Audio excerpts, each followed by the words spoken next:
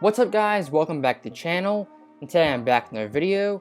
This time once again, we're going to talk about Kobe Bryant, but this time a little bit of a twist, as today we're going to react to one of the worst takes of all time from Jason Whitlock back in 2016.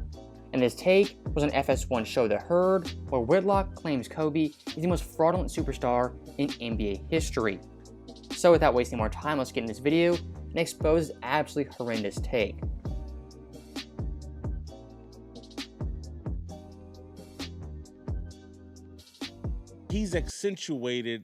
He's turned Michael's good things into a bad thing. Michael was a volume scorer and a volume shooter, but Michael had some self-awareness. Kobe's taken it to the ultimate extreme. I looked at that game last night, and it spoke to everything that I've always thought about Kobe.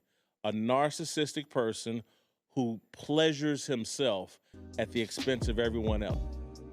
So in that opening clip, Whitlock gave some pretty interesting takes, calling Kobe a narcissist and basically saying he's obsessed with himself.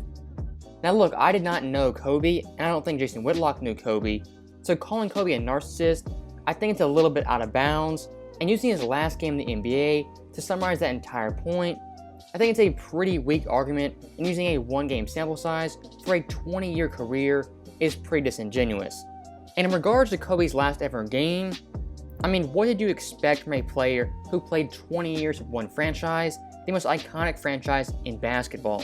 I'm sorry, but if I'm sitting front row at a Lakers game in Kobe's last ever game, I don't want to see Roy Hibbert and Jordan Clarkson shooting 25 shots.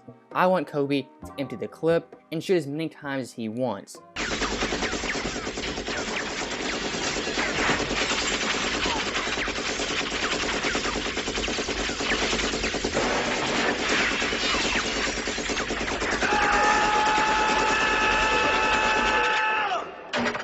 And I mean, in this game, yes, he took 50 shots, but he still shot 44% from the field.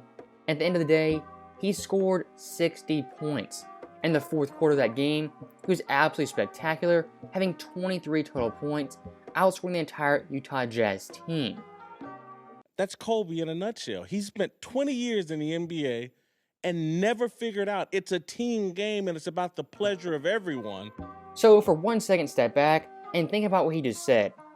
Kobe Bryant, a 5-time NBA champion, a 2-time Finals MVP, never figured out that it was a team game. That right there is flat out false, and one of the most ridiculous things I've ever heard. And yes, Kobe in his day, maybe he wasn't the best overall teammate or the best leader, but he undeniably brought the best out of players, and he worked his hardest to push those players to be their best. But again, saying a 5-time NBA champion doesn't know basketball is a team game, that's pretty much boiling it down to the most simplistic argument, which again makes no sense for a 5-time NBA champion. Shaq helped him win 3, and he had 2 tremendous 7-footers. You put Powell and Bynum together, and you got a version of Shaq. He had a lot of help. He was not Michael Jordan carrying teams to 5 titles. He wasn't Bill Russell. He wasn't Magic Johnson. He certainly wasn't Larry Bird. So first off, let's look at the obvious. Yes, Kobe had Shaq for his first three-peat, but acting like Kobe wasn't a great player, one of the top 5 players in the league, is simply absurd. Look at Kobe's playoff stats in those 3 championship runs. He averaged 25, 6 and 5 on 45, 35, and 78 splits. In 01, he averaged 29 a game. In 02, he averaged 27 a game. Once again, yes, Kobe, he had Shaq. But acting like Shaq did it by himself, that once again is 100% false. And in some of those playoff series, Kobe was actually the best player on that Lakers team if you dive into it and look at the numbers. Also add in the fact Shaq was a liability in the clutch, and Kobe had to carry those teams in the crucial moments. Again, Kobe was not carried by Shaq, and Shaq did not do it by himself. Now in regards to Whitlock's second point, saying that Pau Gasol and Andrew Bynum equals Shaq, to downplay Kobe's last 2 championships, once again, is simply absurd. Pau Gasol, you could argue, is a Hall of Famer. I think he is. A top 50 player of all time, maybe. And Andrew Bynum back in the day, he had a lot of potential, but he really never reached his peak as a great all-star caliber big man.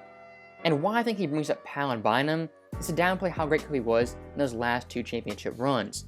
In total, he averaged 36-5 on 46, 36, and 86 splits. And he was by far their best player, their best offensive weapon, and most of the time, their best defensive player. Again, I've always, and this is another thing, people think like that came from out of nowhere. I've been criticizing Kobe for a long time. What's wrong with shooting 50 times? It's a team game! And once again right here, yes, he is right. Basketball, it is a team game. But again, this game in 2016, that was Kobe's last ever game at home after a 20-year career with one franchise. At that point, basketball being a team game kind of goes out the window when you're an iconic figure in the face of a franchise for that long. If all season hadn't been just Kobe, do whatever you want to do, if it had just been that one night, hey, Kobe, you know what, for 81 games, you were a team player, and you helped us grow these young players, and so tonight we're going to turn it over to you, and you go for broke. Totally get it. He had 81 games of that, and then on the 82nd, the refs look the other way, Utah's out of the playoffs, they're half-hearted, and we're all out saying, oh, 50, shot 60 points, Kobe did it his way. And once again, keep in mind with this video clip, this was taken the day after Kobe scored 60 points in his last game. I don't know why he's so upset about this. It wasn't Game 7 of the finals, and Kobe just went AWOL, shooting 70 shots. This was the last game of the season and the last game of his career. And in regards to his teammates, I guarantee you've asked Jordan Clarkson, Lou Williams, D'Lo, Julius Randle, Nick Young, and any other player on that roster, they would undoubtedly tell you Kobe was a great teammate and a great mentor, even if he was past his prime at age 37. And I hate using the word hater, it's kind of an easy out, it's a general broad term, but I mean for this entire segment, what other word can you use besides hating? This is Kobe's last game, he had 60 points, why are you talking about this? Kobe to me lacks self-awareness, and he's never evolved. Michael Jordan didn't end his career this way. Many of the all-time greats don't end their careers that way because they figure out with age and maturity, they get a much broader picture, and it's like, you know what? Not only is this game not about me, this life isn't about me.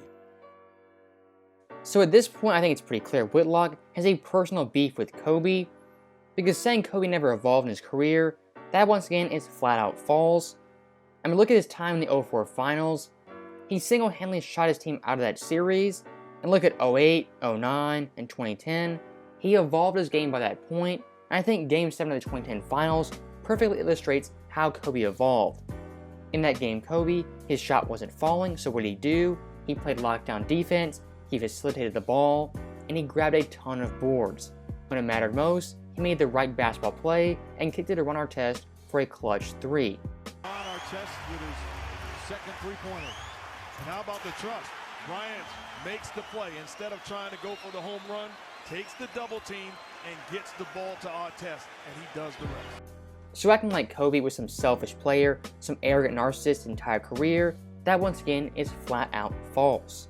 It's about what's my legacy going to be and how many people I'm going to leave behind that are going to say, you know what, I was better off from interacting with that person and knowing that person. That's what I don't see from Kobe. And that last clip right there, that is the icing on the cake. As since Kobe passed, how many NBA players have come out and said Kobe touched them in one way or another? Kobe Bryant for the 21st century, in my own opinion, is the most influential player on the court combined with off the court. And the way he impacted players in today's NBA is simply undeniable. With guys like Giannis, Devin Booker, Kyrie, Kawhi Leonard, even LeBron James to an extent, he's impacted all those superstars and all those great players. And the legacy he left was one of hard work, winning, and a positive mindset. So with that being said, that is the end of the video. That was a very rough take from Whitlock back in 2016 that has not aged well then or even now. So thank you guys for watching this video, I hope you enjoyed it. And that was me exposing the worst Kobe take of all time.